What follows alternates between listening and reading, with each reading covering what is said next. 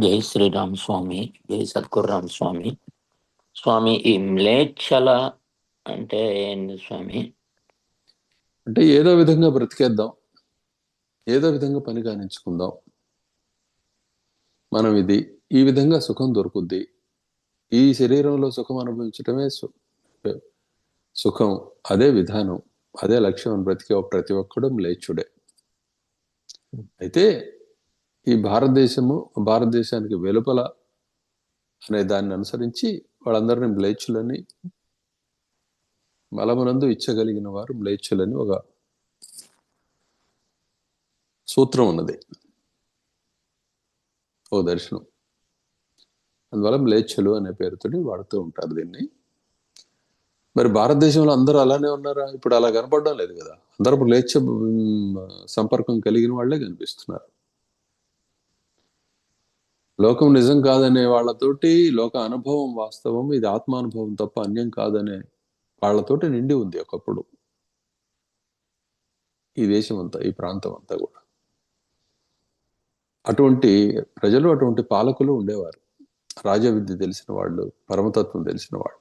అందువల్ల వర్ణ వ్యవస్థ స్పష్టంగా దాని యొక్క ప్రయోజనాన్ని దర్శించబడి ఉండేది ప్రతి ఒక్కరి చేత. ఆ కారణం చేత ప్రతి ఒక్కరు కూడా తమ తమ వృత్తుల్ని పరమ పవిత్రంగా, పరమాత్మతో సమానంగా దర్శించగలిగి ఉండేవాళ్ళు. వృత్తుల్ని అసహించుకునే దుర్భరమైన స్థితి ఈరోజు కనిపిస్తున్నది. ఏవైనా కాళ్ళు చేతులతోటి, మనసుతోటే చేస్తారు. అవే వస్తువులు వాడుతున్నప్పుడు, వాటితోటే అనుభవం పొందుతూ ఉన్నప్పుడు, అందరికి పొందే అనుభవాలు అవే అన్నప్పుడు ఇది నీచ కార్యము, ఇది ఉత్తమ కార్యం అనేది ఏముంటుంది? స్వతంత్రత లేకుండా ఇంకొకరి మీద ఆధారపడి ఉండటం నీచత్వము అని చెప్పి ఒక మాట ఉన్నది. కానీ అక్కడ తిండి కోసమో మరొక దానికోసం ఆధారపడి ఉండటం కాదు, మరొకటి ధర్మాన్ని దొంగిలించడం. ఇప్పుడు నీ ఇంట నీకు పుట్టిన వాళ్ళు, నీ పిల్లలు నీ వృత్తిలో కాకుండా మరొక వృత్తిలోకి వెళుతున్నారు అంటే అది మరొక ధర్మాన్ని దొంగిలించడం అవుతుంది. ఇది ఇప్పుడు అంత ప్రతి ఇంట కనపడుతూ ఉన్నది. వ్యవసాయదారుడు కొడుకు వ్యవసాయం చేయడం లేదు, బ్రాహ్మణుడు కొడుకు ఆ వృత్తిలో ఉండడం లేదు, ఆయా ఇళ్లలో పుట్టిన వాళ్ళు ఆయా పనుల్లో ఉండడం లేదు. ఇప్పుడు అందరూ ఒకరి ధర్మం మీద ఒకరు ఆధారపడరు. ఇది నీచత్వం. అర్థమవుతుంది కదా? అర్థమవుతుంది స్వామి. అంటే మ్లేచ్ఛులు అంటే స్వామి చెప్పిన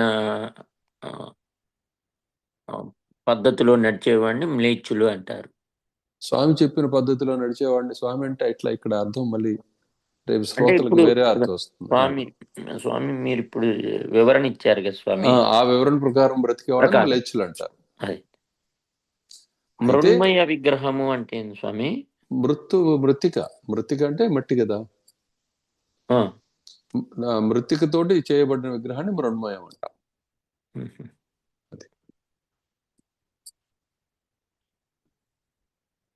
అది ఓకే, ఇది సంగతి. కాబట్టి పరమజ్ఞానం లేకుండా బ్రతికేవాడు మ్లేచ్ఛుడు అవుతాడు. వాడు ఏదే విధంగా పని పూర్తి చేస్తాడు కదా. ఇప్పుడు మన ఇళ్లలో ఏం చెప్తున్నాం? నాయన ఈ పని కాకపోతే ఆ పని తీసుకో, ఆ పని కాకపోతే ఇది తీసుకో అని చెప్తున్నాం. మంచి, నాకు తెలిసి ఒక శుద్ధమైన బ్రాహ్మణ కుటుంబంలో ఒరిస్సా అయింది.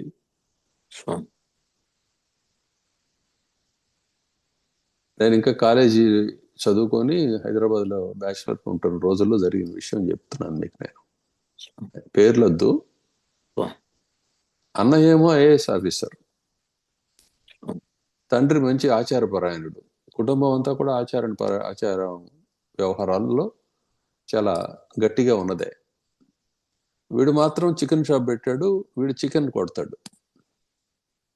చికెన్ కొట్టడం తప్పని చెప్పట్లా, ఇక్కడ అది నీచ కార్యం అని చెప్పట్లా. ఆ పని చేసేవాడు ఆ పని చేయాలి. కానీ వీడు అక్కడి నుంచి ఇక్కడికి దారాడు. అర్థమవుతుందా? అర్థమవుతుంది. అది ఆ చికెన్ కొట్టు. కానీ ఎందుకంటే ఒక బోయేవాడు ఉన్నాడు, బోయపల్లిలో పుట్టి అతను ఏం చేస్తాడు? అక్కడ ఆహారాన్నే అతడు స్వీకరిస్తాడు. అతడు స్వాభావికమైన ఆహారం, సహజమైన ఆహారం అది. రాజులు, సైనికులు, క్షత్రియులు వీళ్ళున్నారు, వీళ్ళు మాంసాహారం తీసుకుంటారు. వాళ్ళకి అది అవసరమైన ఆహారం. అంత మాత్రం చేత వాళ్ళు ఏమి అంటరాని వాళ్ళు కానీ ఇంకోటి కానీ అయిపోరు.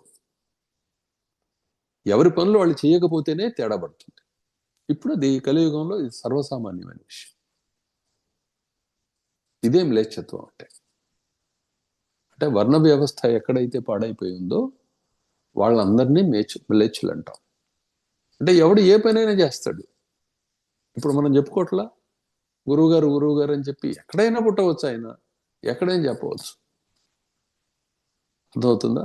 అట్లనే కమ్మ బ్రాహ్మలని, ఇంకో బ్రాహ్మలని ఇలా ఎవరైనా బ్రాహ్మణత్వం స్వీకరించవచ్చు అని చెప్పి తీసుకుంటున్నారు కదా. ఇప్పుడు స్వీకరించవచ్చా, స్వీకరించకూడదా?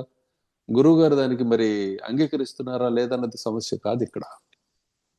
వర్ణ వ్యవస్థ యొక్క ప్రయోజనము, దాని గొప్పతనము ఎప్పుడైతే మనకు అర్థం కావడం మానేసిందో అప్పుడు మరో దిక్కు లేదు. మరి ఎవడికి వాడు చేసుకోవాల్సింది కదా. ఆయా వృత్తికి సంబంధించిన వాడికి దొరకనప్పుడు ఆ పని నువ్వే చేసుకోవాలి కదా. అటువంటి పరిస్థితి దాపురించింది అనమాట మనకి. ఇది యుగ లక్షణం. అర్థమవుతుందా? అర్థమవుతుంది స్వామి. ఇది ఎవరిని విమర్శించడమో లేకపోతే చెప్పడమో కాదు. ఒక అత్యద్భుతమైన పరమ నిర్మలమైన ఒక వ్యవస్థ ఏదైతే ఉన్నదో ఆ వ్యవస్థ తప్పుగా అర్థం చేసుకోబడ్డప్పుడు వచ్చే స్థితి ఇది.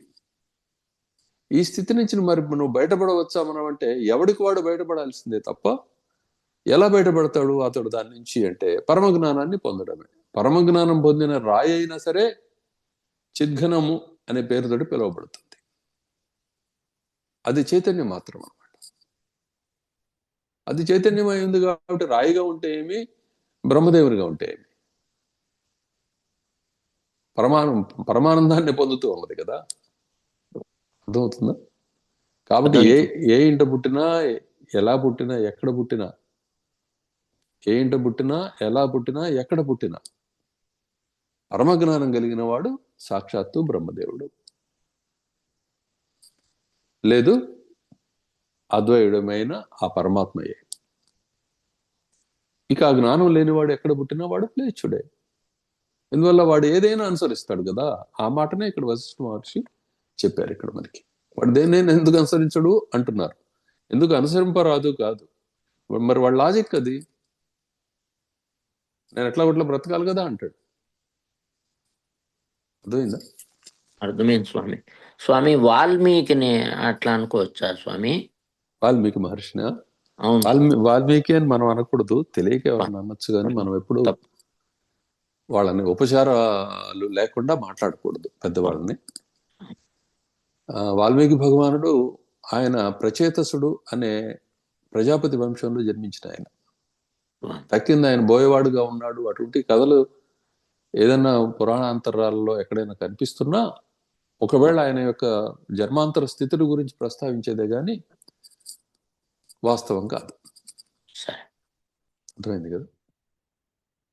ఇక్కడ చెప్పారు కదా, రామాయణంలోనే చెప్పారు, ప్రచేతసుని వంశం వాడిని నేను, ఎన్నో వేల సంవత్సరాల నుంచి నేను తపస్సు అంటే లక్షల సంవత్సరాల నుంచి తపస్సు చేసుకుంటూ ఉండిపోయారు వాల్మీకి భగవానుడు.